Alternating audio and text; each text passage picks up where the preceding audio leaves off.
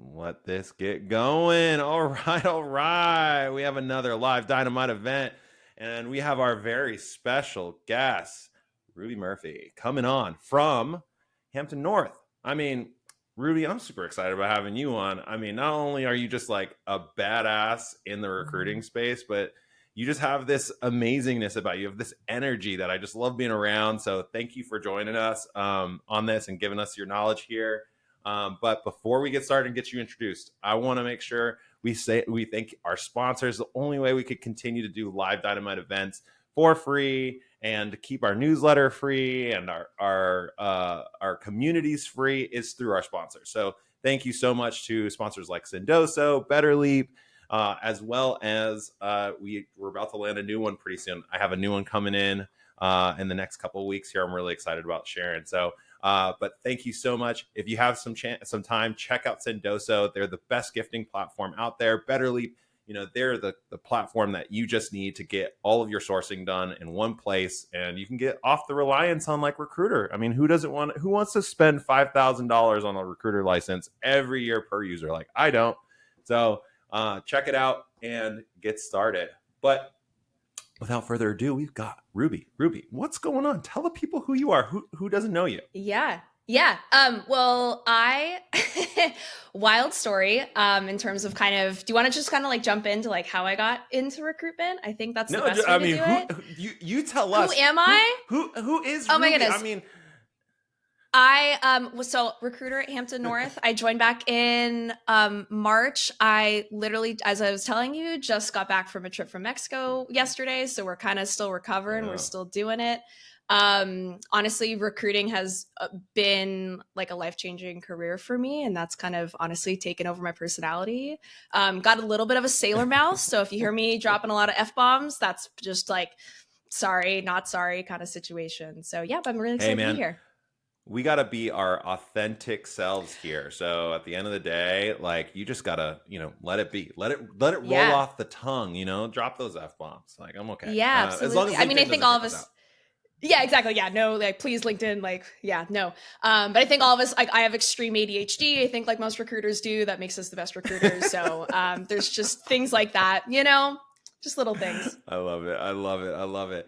So it looks like we got a pretty good amount of people coming in. We're supposed to have like something like 89 people signing up for this. If not, like, they'll jump in on the recordings at the very least. But we've already got 12 or 15. Oh, no, it's rising like in as we speak. So I'm just curious, where's everybody coming from? Like, drop a note in the chat. Let us know where you're coming from.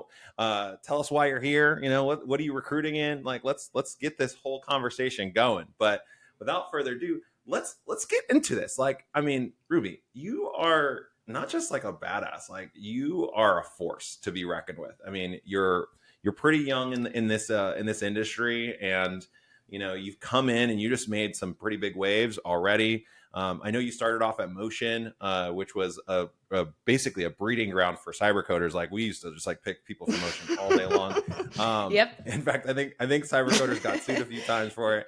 Probably. But, like, you guys have such a great program, and it's no shock to me that you were like, you took that experience and that knowledge, and you were able to like transition that into even Hampton North and like, propel your career forward. But what set you on this journey of recruitment? Like, what got you into it first and foremost? Yeah, absolutely. So I think a lot of people say like they just like fell into recruitment, right? That's kind of the notion in the industry. I had a little bit different of experience. So I actually was in college, and my last semester of senior year, I actually took a recruiting class with someone who owned an agency for 20 years, who did software engineering, who did IT, who did accounting. Like, I literally took a class with an agency owner. Shout out to Mitch Rufka, like, absolutely amazing professor, got me into recruiting. He kind of sparked that initially, and kind of like, okay, maybe I could do this as a career. I had a communications degree. I loved communications, but when you get out of that degree, you're like, what the fuck do I do with this now? Especially post, like during COVID, it was like a weird time. And then and then I'm also a first gen student with college. And so I had the opportunity then after I did my undergrad to immediately go in to do my master's, but my master's program at USC required me to work a full-time job instead of just doing my master's, which was the original plan. So I'm like, okay, Yeah. well, let's figure out a job while I do my master's and kind of go from there. I ended up just blind, easy applying to a full desk job at Motion, did like Yeah. literally talk to my manager, talked to the VP, got an offer. I'm like, okay, screw it, let's do this. And it ended up Yeah. being probably one of the best decisions that I made. And then, yeah, did that for a year and a half while I also did my master's. And that was some of the most like brutal hours I've ever done in my entire life. Those were 14, 15, 16-hour days trying to do both. Yeah. And then, yeah, started Hampton North at, in March of last year already, which is pretty insane. But yeah, Yeah. definitely didn't follow into it. I actually, yeah, had spark. And what's crazy about this is that like you came into this program at Hampton North, which, obviously we've got, the leadership there, Stu Mitchell, who's just like a force of his own reckoning. Right. Yeah. And he brings you in here and then you just drop bombs. I talked to Stu about you as soon as you joined and he was like, I'm pretty excited about this woman here. She's gonna like be, next level for us. So you've already got that experience and you brought something with you, which is, you already were doing 7 figures or close to it at the very minimum, right? Like at Motion, and you kind of created this really great system for yourself at a full desk, right? Like doing full desk 7 figures, close, even high 6 figures is really impressive for anyone. So tell us about like what got you there. Like how did you get that whole entire process started, and what was the thing that differentiated you from the rest of your class, if you will? Yeah, absolutely. So how personally I see it, and something what Stu always says about me as well, is like I'm the least money driven recruiter that you'll ever meet. And it's weird it's weird for me to talk about because you hear that and you're like, whatever, she's just saying that. But it's really true because I feel like with a lot of folks who chase the commission check are really not focused on the Mm, actual job. So with me personally, it's like I'm constantly like the best way to put it, we love therapy for this, constantly seeking the validation of wanting to get the job done, right? Like I yeah. don't feel like I've done my job until I've done that placement, and then I'm easily able to move on to the next, right? And it was Yeah. nicer too, like I'll be honest, like with my numbers, and we look at it because we've had such a weird time in 2023 versus Yeah. 2021, right? We've seen so much change.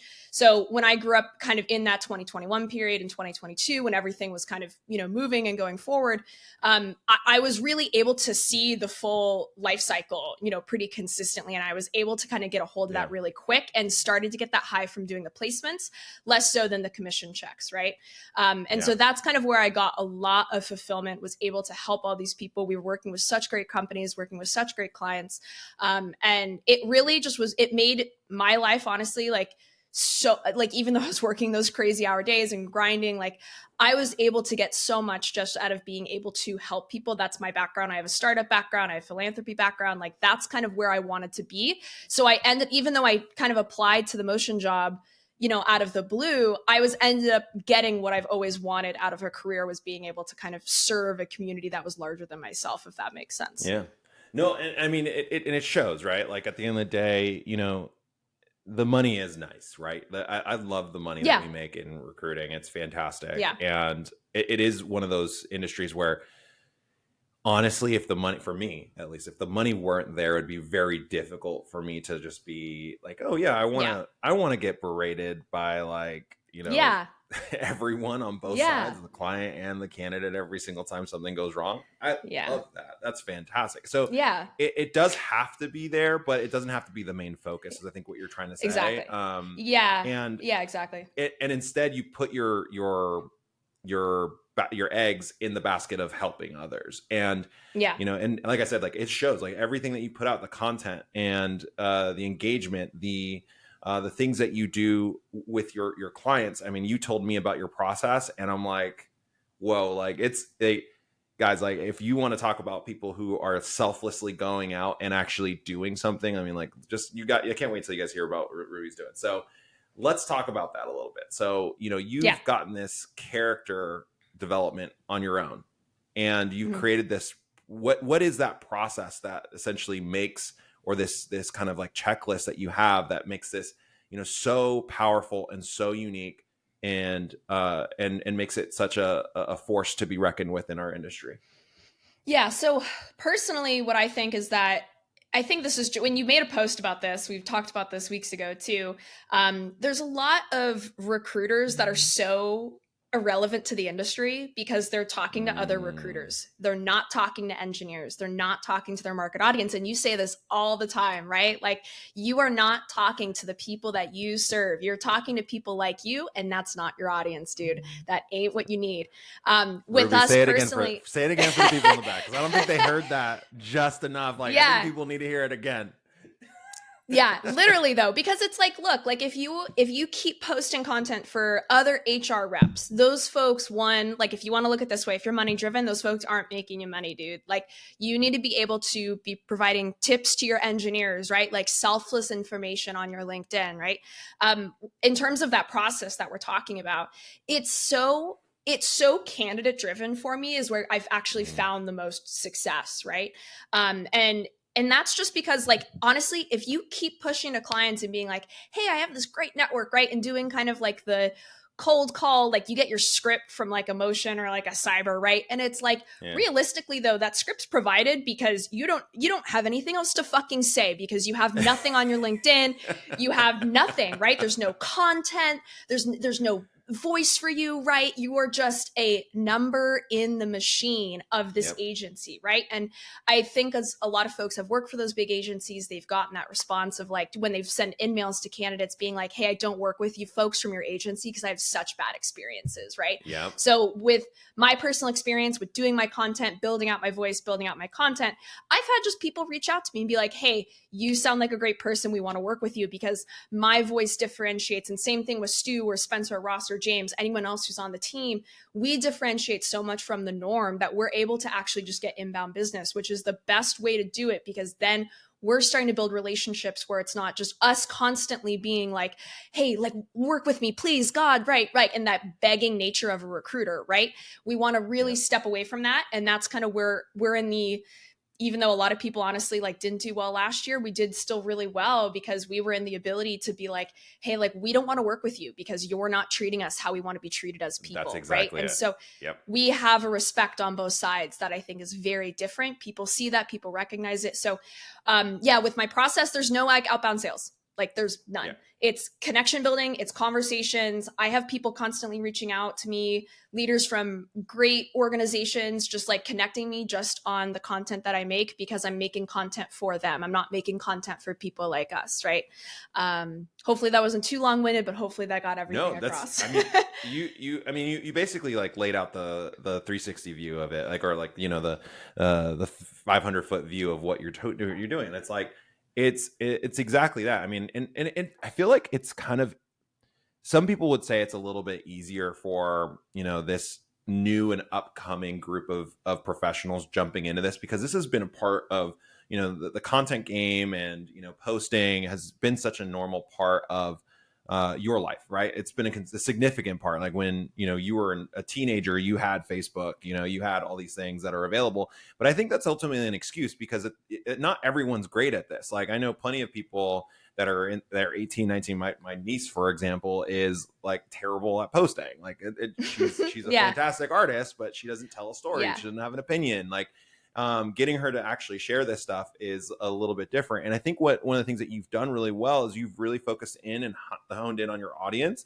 And like you said, you don't just send them stuff that's about the job, right? Or about, Yeah. about recruiting, right? Yeah. Specifically, or job search. Yeah, it's in there, it's sprinkled in, but Yeah. also you're creating stuff that's actually useful to them. That's the thing I loved about Stu's stuff. When, Stu was heavy in content and really building up his audience, like all he talked about was what's going on in the industry, what are the CISOs doing, how do you be better as a CISO, like what are some of the risks that are being taken in larger corporations that you should be thinking about as a startup, right? So it's like, Hmm. it's actual valuable content that people want to actually listen to or watch or Yeah. read or whatever. So kudos to Yeah. you for Excellent. doing that. I mean, hey, we try. I mean, look, at the end of the day too, for full clarity, it's like, I don't have social medias outside of LinkedIn. I deleted my social medias otherwise. And so what the problem, yeah, and I agree, that's an entire excuse, because it's also, my generation's also the most insecure as a generation. So that's why posting is the hardest, right? So Yeah. that's kind of where people really have to break out of this cycle, and they have to be not afraid of posting things that maybe are a little controversial, or posting their true opinions, right? Yeah. That's kind of where I think a lot of recruiters, and honestly too, right, like my team and I talk about this all the time, where it's like we don't necessarily also talk to recruiters, because it's also like we don't want everyone to be good, right? Not every Yep. recruiter can be great, right? But it's like, we're definitely not going to be the recruiters that post like those basic chat GBT posts with all the damn emojis. Like, stop with that shit. If there's more than And three nobody cares about emojis it. in a post, no one Yeah. gives a shit. Like, immediately someone skips over it, right? Like, if Yep. you're just using content from someone else, people are going to look over it, dude. Like, it's realistically not that difficult when you look at the basics, but you have to start somewhere, or else you're never going to get there. Like, Yeah. it's just the reality of what it is. So I'm going to go on a little bit of a tangent here, because I know we have like some of the things that we talked about originally, but Yeah. at the end of the day, I'm going to put you on the hot seat here. You come up with great content. So does Stu.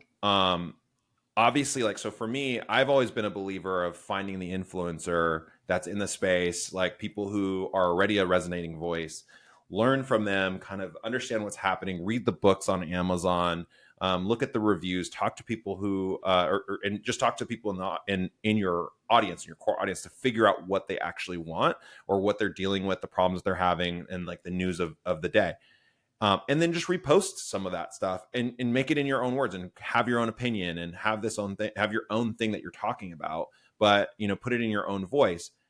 Are you guys doing anything that's super different than that? And like, if is there a process that you're following just for your content game?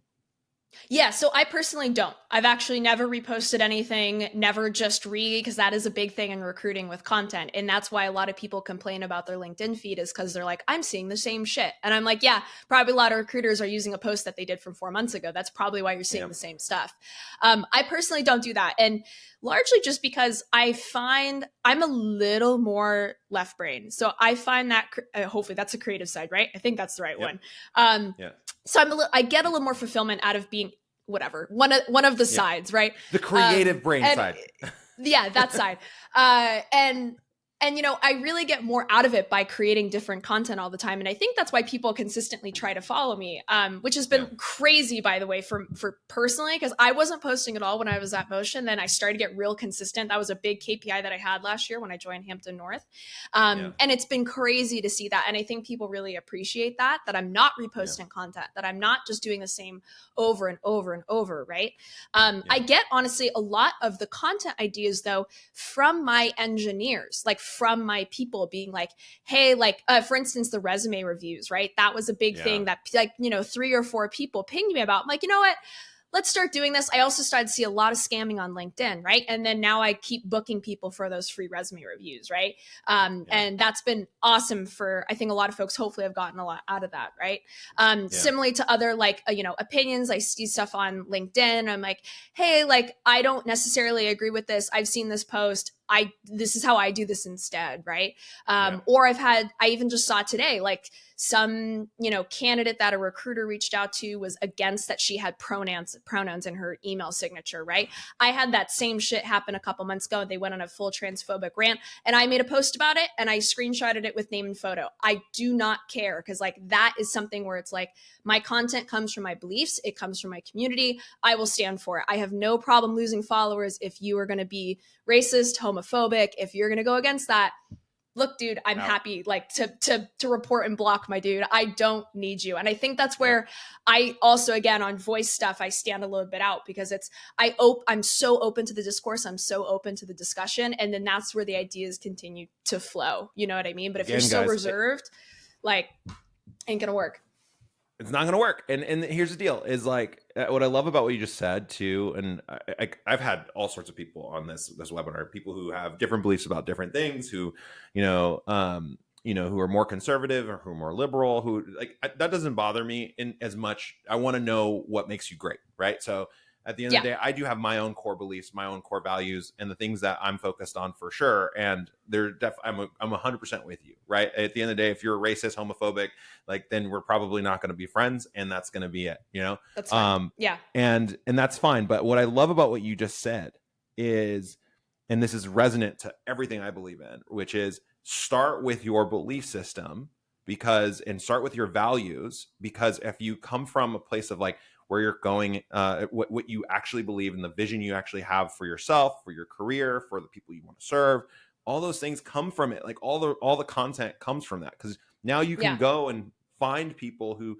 might say something that might be popular, like who might be an influencer in the space, says something, you can disagree with them and create discourse, because that's what content's about. It's not about, and I think the big flip here is, it's not about getting views, it's not about having engagement, it's not about any of that Right. stuff. It's about having a conversation with your audience. So if Yep. you're actually doing content right, like Ruby's doing, you are having a genuine conversation with people, and you're doing it at a one to many scale. And so Yeah. like you're setting the stage for the chat, and then you can engage, which leads us into your kind of your checklist of things that you do, and your Yeah. your to-dos, if you will, and your habits that you've created in the to make this like 7-figure business for yourself. Mm-hmm. Yeah, absolutely. And two things too, just to say before we kind of jump into the checklist. Yeah. I don't get into politics, by the way. That's something where it's like you mentioned, where it's like politics is something we kind of stay out of, but it's like core beliefs where it's like you got to treat everyone like a human. If you're not going to do that, I have an issue with you. I don't care if you're Republican, if you're green, like, because that gets brought up on LinkedIn all the time, right? So I'll be super clear with folks that I'm very respectful of that. But once you start trashing someone else in terms of their lifestyle or something like that, I'm absolutely going to tap out, dude. That's kind of where I draw the line, just to be super clear. But yeah, and more fun. And you should, yeah, like, because nobody wants to work with people who talk shit on other people. Like, yeah, I'm sorry, like, I just don't want to be a part of that crew. Like, I don't want to be the bully crew. Like, let's just not be the bully crew. Once people start assuming things about me or about other people, that's kind of where I'm like, nah, dude, like, I'm not gonna play that game. I'm not that. I have better use of my time. But yeah, more fun conversations talking about my checklist. So I think something where this has been an early part of my career that I picked up on is like, where can I put myself in the shoes of the people that I'm working with, right? And that's kind of where I started realizing I absolutely, every time I log on, need to be updating my candidates, like even though I love my AI that does this, perfect. The thumbs up. Absolutely love it. Absolutely need to be updating my candidates every single day, like, or at least every 2 days, right? Like what we see more on LinkedIn is, and thank God this is more of a thing, because it's like no update is still an update, right? Like as recruiters, we can't always control clients, right? Sometimes folks go out of office, they have emergencies, right? We can't always be the answer providers that people want, but at the end of the day, do your damn best to be able to create a process that people are attracted to, right? Because at least you're earning respect. Maybe, look, this role may not work out, right? You don't need to absolutely push it and try and get everything done as quickly as possible. Recruiting, like, honestly, the worst recruiters always try to push for the deal that isn't there, right? Like, those are the worst recruiters. And so I have a whole story on that, but we love that one. So yeah, Canada updating, creating that respectful process is super critical for me. And I always feel bad too when I go out of office. Like that's something I always immediately like jump into and try and get folks. So let's get it from let's get in the comments here on this one. Who here is updating their candidates? They're literally every single day. Who's doing that? Who's actually showing up for the people that they're serving? I'm just curious. If you are, just give us a thumbs up, a yes, or a 1, or whatever. I don't really care. I want to know who's doing it, who's not. But so update your candidates every day. Yeah, and you don't have to do this necessarily every day, right? It depends kind of on the situation, how quick things move, right? Like, but if you have certain dates, right, you need to be able, like, timeline expectations of your best understandings of the roles that you're working, right? And that's really, really critical, right? Like, don't wait a week until, and I think that's where like a lot of recruiters need this advice. don't wait a week until your client gets back to you for that to be the second touch point, right? Yeah. From the screen call to the second touch point, don't let that be, 5 to 7 business days, right? That's too fucking slow. Like you already have lost a lot of people's respect for doing that, right? And that's where people fall into this trap of like, I'm so focused on client relationships and new biz and sales that they forget that. And I never like using this word in recruiting. So I never use it is. So where I actually hate, I hate very few things. I hate when people use the word product, right? Because look, they're people, right? And it's like, but at the best way to put it is like, look, you do have to have respect. And it's such a frustrating topic, I think, for folks like us to talk about it because it's so basic, it's so simple, and yet all the recruiters, right, struggle with it. And you can't always blame them, right? Because they come out of like a Motion or a Grad Shop or a Cyber, not to shit on any of these companies, but at the end of the day, those companies are farms for junior recruiters who are just jumping in the game. They really, and I've always said this, I don't think really cyber coders and Motion are really actual recruiting firms. They're sales companies. Like, they're very much so sales companies. Yeah. And so it's like, I can't blame them where they're pushed into a KPI heavy culture from the gate and they don't know how to do the job. Like, I don't blame them. They're just trying to get by themselves, right? That's kind of where that comes from. Going back to framework. So that's always a big thing. I always get a LinkedIn feed post every day. And the reason why I do that, so a lot of people say like, oh, you only need to post 3 times a week, or like Fridays aren't a good day to post. I just kind of post whatever the fuck I want. If I'm going to be honest, like if I think of an idea, post it. I don't care about the time. I don't care about the day, whatever. I do not care. Like, it's just, I don't look into all of that. And like you mentioned too, like I'm not chasing engagement. And I think a lot of people will see that. I've noticed that more and more as I've posted and kind of gained a following. I don't always get the most likes on post, but I get 60 comments, right? Where it's like people are having discourse in my comments. And I way prefer that on content versus having just a bunch of likes and people just reposting it, right? Because I would rather, honestly, I get more of that too, because people will, people out of other people's networks will comment and be like, hey, like blah, blah, blah. And I'll go in and connect with those folks and be like, hey, like, thanks for, actually commenting and adding to the discourse here. Right. That's kind of where a lot of my stuff happens. And then other than that, like I pretty much stay on top of my LinkedIn feed throughout the day, every single day, because that's where I can see a lot of the changes that are happening. Whether that's people getting laid off, whether that's someone making a career change of your network change, right? Like I'm staying on top of that stuff pretty critically to make sure that I'm staying in touch with everyone within my network. And I hate too when people just kind of like blankly add connections. Cause I think I was taught to do that at Motion. And it's like, look, dude, at the end of the day, that's great, but it's like that isn't a real connection. That isn't an actual connection that's deserved. And I think when people have that crazy follower account, it's like, great, but you get 6 likes on your post and like no one applies to your job. So like, what does your 10,000 followers have to do with anything? Like that doesn't make any sense to me, because you see those all the time. And I'm like, I'm out. Like I'm out. Yeah. But and honestly, I'm actually pretty bad at this right now myself. And once we have our launch coming up in February, which I'm really excited about, or it's February now. Can you believe it's the first of the month? It's already the first of the month. And panic. So it's funny because like I still do connect with people who've engaged with my post, and like that's a big ritual for me is when I post.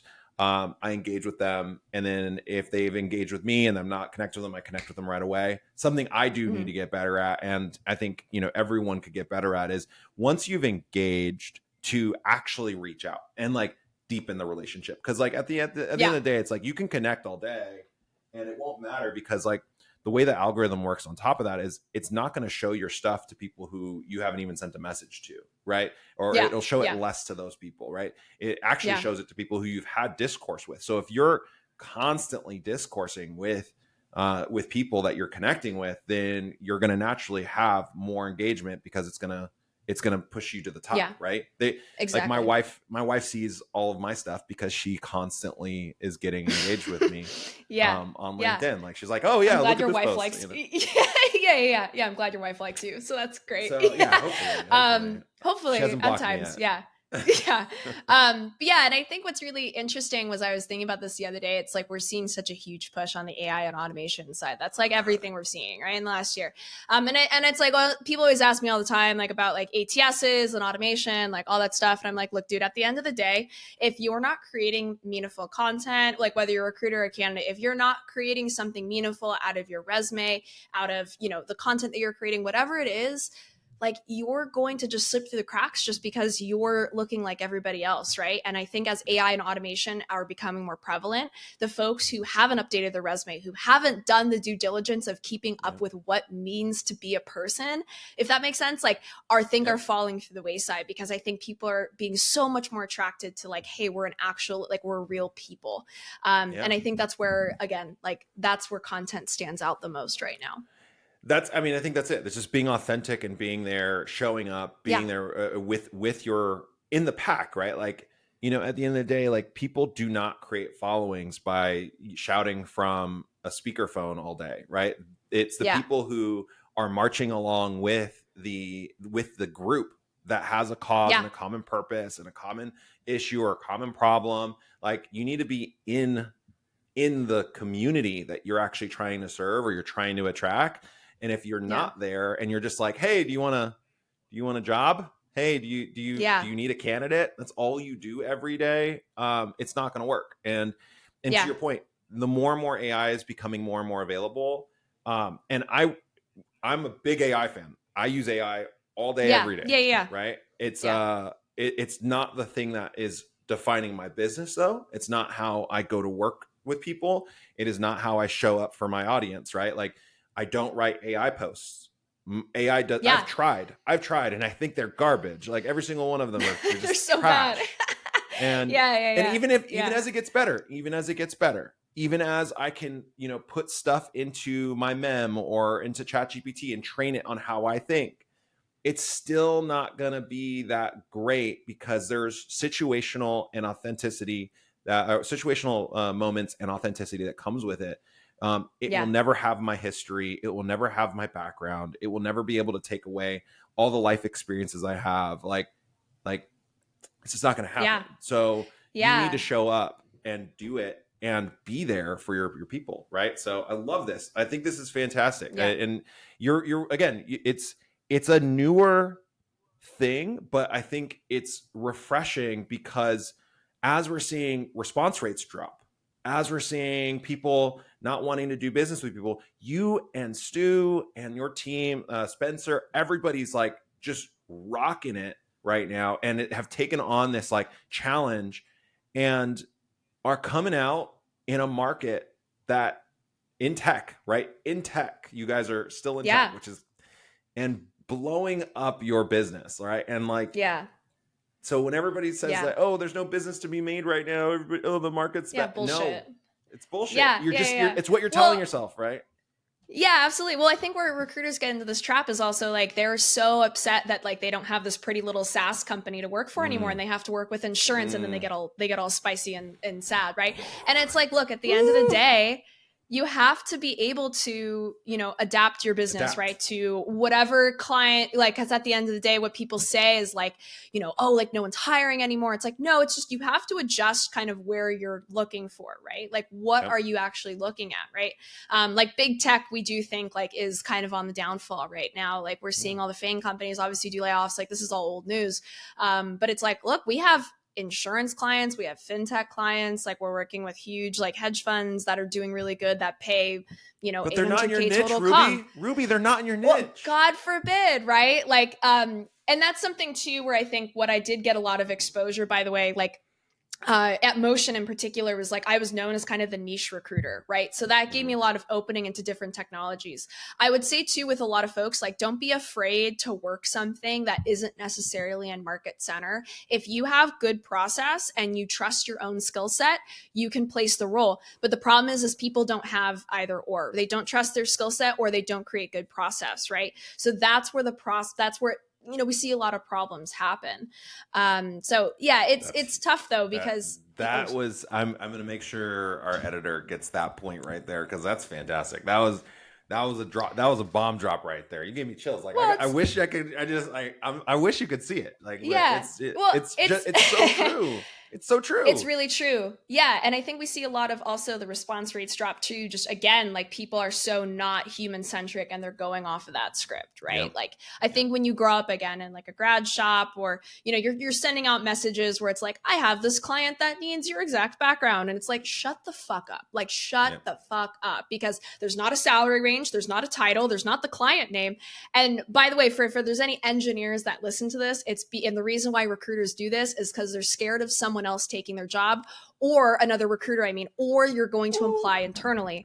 So just so people who know why people do that, it's because they're scared for their own job is why people do that, right? So I think once my response rates, by the way, are around 50%. I will highly flex on that. I always have a 50% response rate on a consistent basis, which if people don't know, that's relatively pretty good. If you're getting around any between like 40 and 50, that's pretty solid at that point. But Ruby, it's not Especially in this 100%. kind of market. It's not 100%. It's Okay. God forbid. And yeah, but it's like I'm always including client, I'm always including stack, the salary, what are the on-site locations, or if it's remote, shit like that, right? Like you have to be like because you've got a blank, vague message, it's like, yeah, I'm not going to respond to that. You know what I mean? Like people have such an inability to place, their position in someone else's shoes. It's pretty pathetic.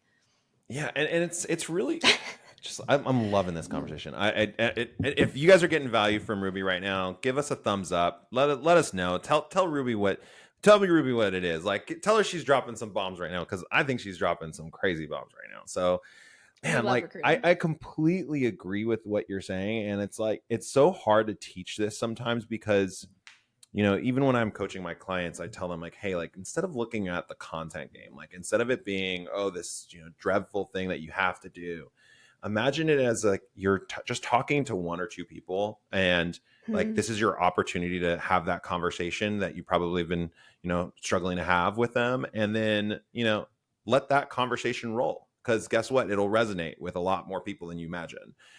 It's not just about giving updates. It's not just about things like that are arbitrary to the industry. It's really providing value, guys. Like, I think this is a big part of like what your process is and like your habits, right? And so that last part, you kind of talked about sending those emails and getting the 57%. Like, how does that work in your sourcing, and where does that fall into play when you're in your program? So, in terms of actual sourcing, I'm not sending out 100 emails, every single day. I'm not busting out, like all of these different messages. And it's because at the end of the day, it's pretty useless to just, unless you're working like a .NET role and the client will literally take Anyone. Sure. No shame to .NET, but there's a lot of folks that can do .NET that will go on site, right? That's like a big thing. Yeah. Right. But it's like, clients are, if you work for an agency right now, right? Talking to the folks watching this, if you work for an agency and a client's paying you, a lot of those applicants that you're seeing in your sourcing are probably going to apply internally, dude. It's your job. The reason why someone's going to pay you a 30, 40K fee for a person, which sounds so bad, but that's what it is because you're finding that extra special skill set. So I'm per day, per project, I'm probably only sending about the 20 best people that I can find and tailoring it to those people, right? And that's kind of, even if it's a decline, right? Because like you're not always going to get a perfect response rate because people obviously are, it's not always going to be a match. We're not mind readers. But at the end of the day, we're so tuned in, I think, with our process where it's so quality heavy, right? That we're able to just like be like, hey, we're going to be an advocate for you, right? And I think when I shoot out an email to a candidate and they check my LinkedIn feed or they checked my profile and they see that I'm such an advocate for folks, like truly they can see that by the discourse that I have with other people and I have mutual connections with their friends, like that's kind of where the respect is, where it's like, hey, I don't even want to apply internally because I know I'm going to actually probably have better process through you. That's the level of respect that we consistently try to go for. Because if you're just going to go for quantity, like everybody else, like you can clearly see that, right? You're missing stuff, like you're it's not personalized, right? It's some basic message, like you're just not going to get much from that, right? Yeah. And that's so important to recognize. And here's what's important about what she's saying too, because I don't think she's even saying that you can't batch this process up a little bit. At the end of the day, like one of my big things is context matters, right? So, even if you're sourcing, some of the best candidates in the world, you can probably look and identify certain commonalities between them and still have the same basic message, and at least to a point, and you might have like one or two tweaks in there, like, Yeah. about their job or Yeah. about their years of experience or whatever it might be. But the context is still there because it's relevant to them. And you can say, hey, like Absolutely. all Yeah. these people have a similarity. And like, I've noticed this observation across 20 different people. And so you don't have to send one by one. You can segment them and say Yeah. this observation Yeah. about this people, this observation about these Absolutely. people, this observation about those people, and then send out batch, batch, batch. And so you've only done Yeah. 3 different emails really. And Yeah. you can get that done a lot faster. So it's just about really like taking the time and understanding who you're reaching out to first. So I love that. Absolutely. Yeah, and it's just ultimately too, like sometimes like if it's a really straightforward role and like I do have to get messages out quickly just because of the timing on everything, like Yep. I am just straight to the point. Like, look, I have a client, this is the location, this is everything I got, attach job description and send, what do you think? That's Yeah. exactly how I get the strongest response rate. It's because I know I'm not messing with people's time. And I think people see that and recognize that. And look, at the end of the day, if someone does apply internally, to be honest, I've never had an experience where that person gets the role. Sorry, like if they go around recruiters doing that, it's typically not the person that gets the role. And absolutely, like recruiters are shitty. I'm the first one to say this, just to back the candidates who do decide to go do that.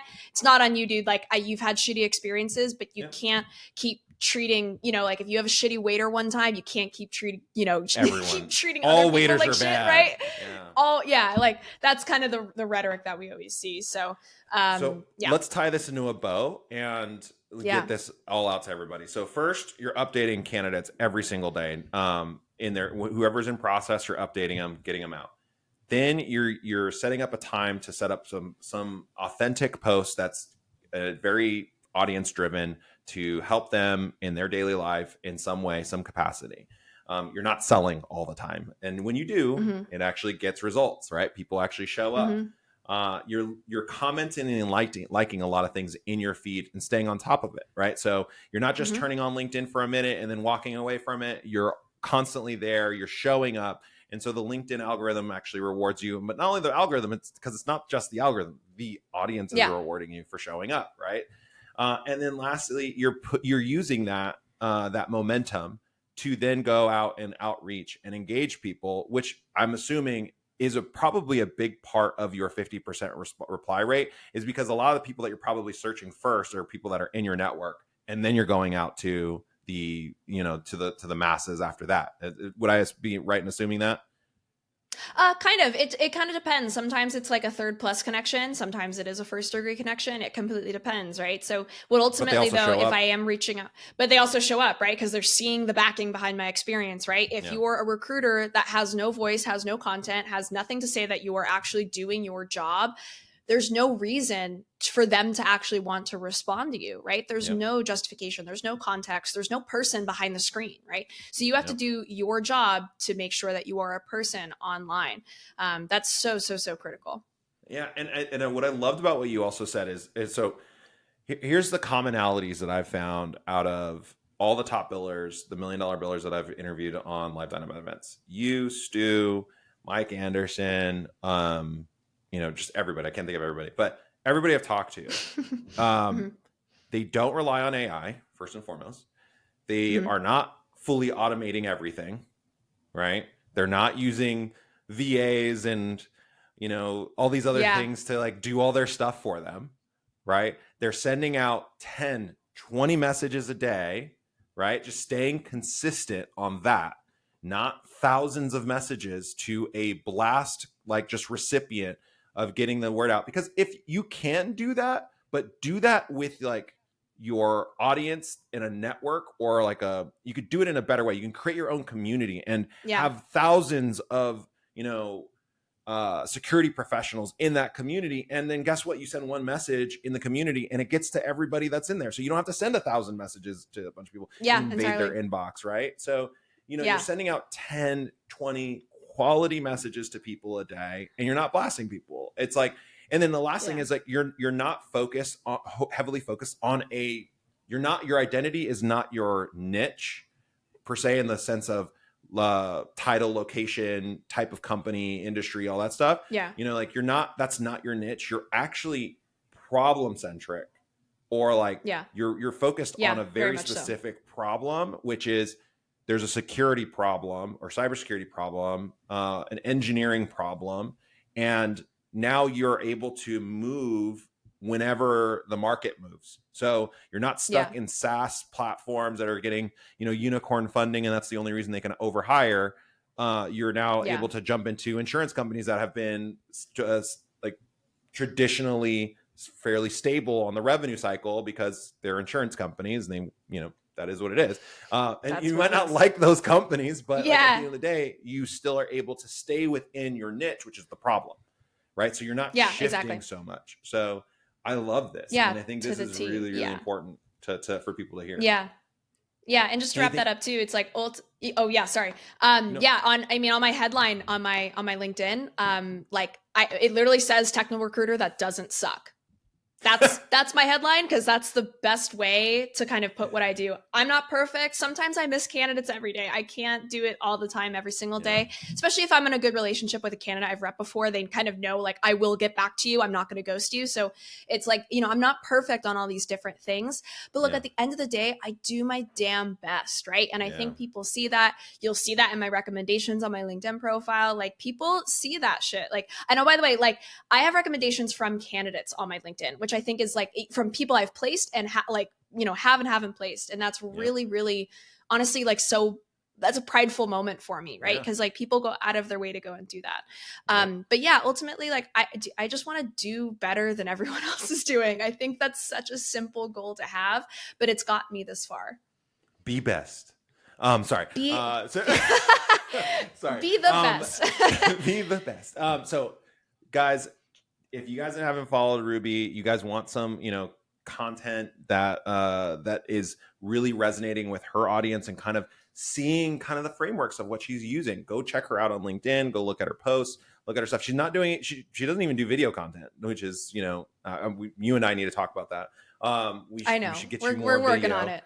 You know, I know you guys are working on it. She doesn't even have a community. She doesn't have any automations. She's not doing AI. Like none of this stuff is happening. That Mm-hmm. nobody, people, like the answer is not in the laziness. It is actually in the work, right? So find like your process, get in there and actually generate business through the quality of your work, not the systems that you're relying on. So at the end of the day, I love it. I love what you just said. And thank you for, you know, making us all a little bit better here and kind of giving us that little reminder, right? That it's not just this, you know, automation process. Let me hire as many people as I possibly can.